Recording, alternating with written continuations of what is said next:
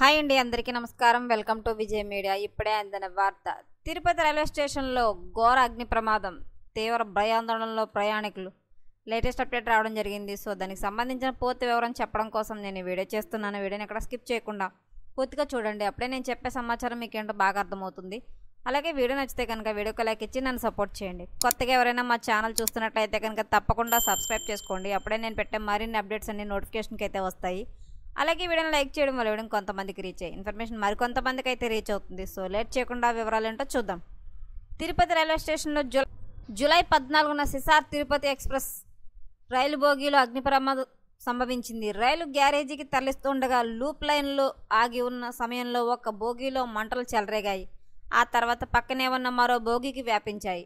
అదృష్టశాస్తు రైలులో ప్రయాణికులు లేకపోవడంతో ఎటువంటి ప్రాణ నష్టం జరగలేదు. ఈ ఘటనతో స్టేషన్లో ఉన్న ప్రయాణికులు, శ్రీవారి భక్తులు తీవ్ర భయాందోళనకు గురయ్యారు. వెంటనే స్పందించిన రైల్వే సిబ్బంది, అగ్నిమాపక బృందం మంటలను అదుపు చేశాయి. ఒక బోగి పూర్తిగా కాలిపోగా రాయలసీమ ఎక్స్ప్రెస్లో జనరేట్ బోగి పాక్షికంగా దెబ్బతింది.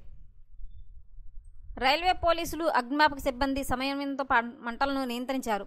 ప్రమాదానికి కారణం ఇంకా స్పష్టంగా తెలియరాలేదు. గుర్తు తెలియని వ్యక్తులు నిప్పు పెట్టారా లేక షార్ట్ సర్క్యూట్ వల్ల సాంకేతిక లోపమా అనేది రైల్వే అధికారులు దర్యాప్తు చేస్తున్నారు. తిరుపతి రైల్వే స్టేషన్ శ్రీవారి దర్శనం కోసం సుదూర ప్రాంతాల నుంచి వచ్చే భక్తులలో ఎల్లప్పుడూ కిటకిటలాడుతూ ఉంటుంది.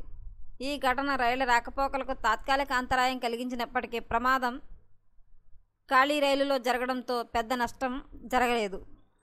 తిరుపతి రైల్వే స్టేషన్లో అయితే కనుక ఘోర అగ్ని ప్రమాదం అయితే జరిగిందని, ఖాళీ బోగీలు కావడం వల్ల ప్రాణ నష్టం అయితే జరగలేదని చెప్పి అధికారులు తెలియజేస్తున్నారు. సో ఎప్పటికప్పుడు మరిన్ని లేటెస్ట్ అప్డేట్ల కోసం మన ఛానల్ తప్పకుండా సబ్స్క్రైబ్ చేసుకోండి. Thanks for watching.